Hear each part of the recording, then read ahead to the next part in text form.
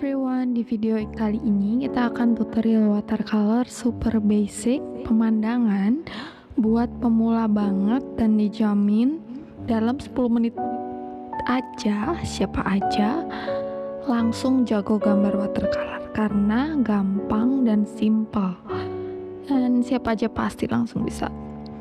Syaratnya supaya kalian langsung pegang kunci bisa adalah perhatikan baik-baik ya videonya, jangan sampai di skip, jangan dicepetin, jangan, pokoknya sampai habis tonton cuma 10 menit. Oke, kita basahin dulu kertasnya.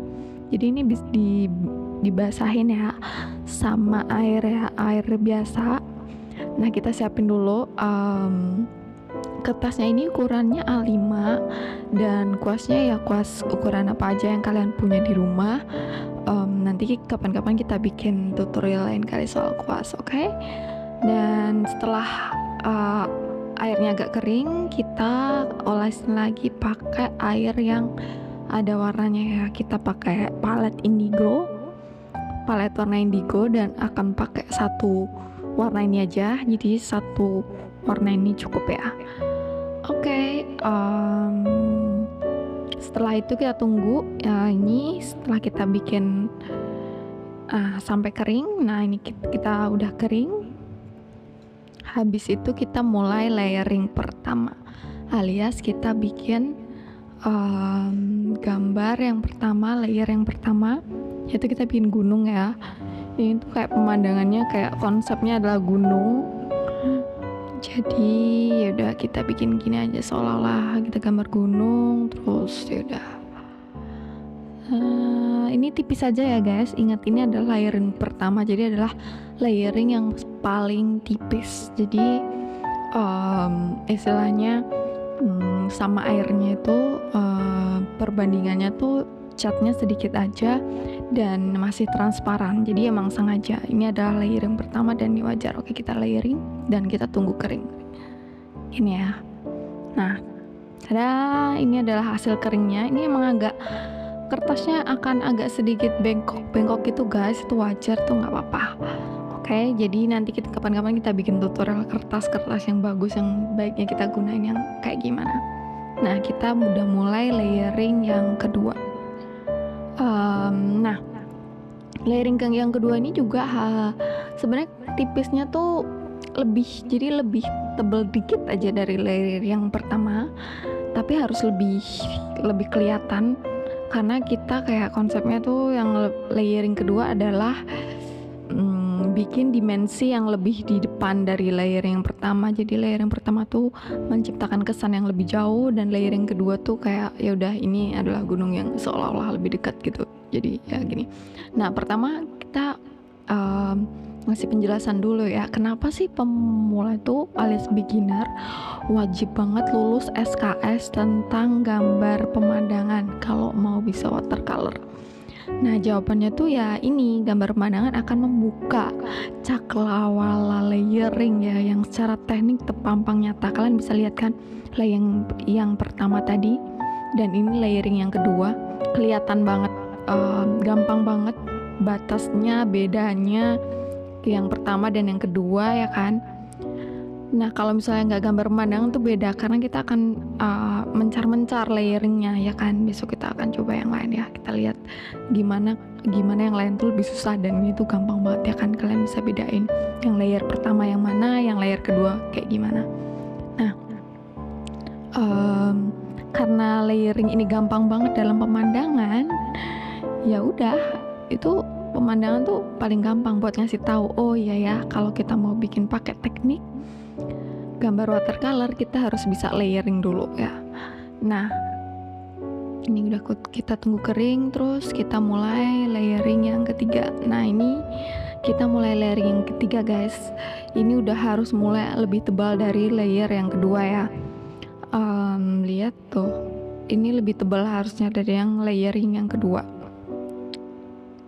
Nah, ini udah kalian bikin pola gunung-gunung gitu ya. Nah, oke, jujur tuh dulu Mimin tuh agak telat ya belajar gambar pemandangan pakai watercolor. Jadi ya pas mulai belajar di tengah-tengah tuh ya udah tengah-tengah belajar gitu, makanya lumayan mimin dulu membodoh-bodohkan diri sendiri gitu, kenapa nggak belajar pemandangan dari dulu kan. Karena ya ini sangat-sangat bisa jelasin konsep layering dari awal gitu ya kan. Nah kalau sampai sini tuh kita kayak jadi bertanya-tanya gitu, kenapa sih kita harus bisa layering gitu. Kalian bertanya-tanya nggak sih kenapa harus pakai bisa layering gitu? Susah banget sih, rumit banget sih. Ini jujur kayak rumit banget ya, karena sebenarnya layering tuh udah yang paling gampang banget dari yang lain gitu. Dan ini kayak saya jawab dengan detail ya. Jadi kalau digambar di watercolor ini ada 2 teknik sebenarnya. Yang paling basic nih ya, ini udah mulai kering ya. Kita lanjut layering yang keempat nih.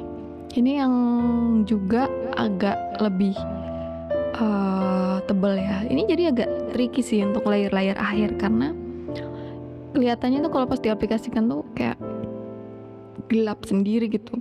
Tapi watercolor ini tricky karena kita harus bikin lebih gelap sedikit kalau udah mulai tebel kayak gini, karena kalau mereka kering dia akan lebih terang gitu. Jadi yang kalian lihat sekarang tuh beda sama hasil keringnya, nanti keringnya akan lebih terang gitu. Makanya harus ya gini deh, agak lebih kelihatan sedikit lebih gelap gitu. Lanjut, kenapa kita harus layering itu karena ya 2 teknik basic, yaitu di watercolor tuh ada 2, yaitu teknik basah dan teknik kering. Nah ini udah kering ya kan, tuh tada, lumayan kan udah kelihatan ya, udah kelihatan. Nah ini kita kasih burung-burung dikit guys, seolah-olah itu ada burungnya. Nah Oke, nah kedua teknik yaitu teknik basah dan kering ini secara umum teknik basah tuh yang lebih susah guys. Jadi kita harus memahami jurus aliran air alias jadi pengendali air seperti kata Raya guys kalau pakai teknik basah. Kapan-kapan Mimin bikin tutorialnya ya, pokoknya ini susah. Nanti kalau kalian bisa sih gampang, tapi untuk awal-awal beginner pasti susah gitu ya. Jadi yang kita pakai yang kedua yaitu pakai teknik kering. Nah teknik kering ini yang kita pakai layering. Nah sebenarnya teknik basah tuh juga pakai layering, tapi layeringnya lebih pro gitu ya, layering dengan teknik yang lebih pro. Jadi layering nggak pakai layering, gimana tuh ya, pokoknya besok kita jelasin.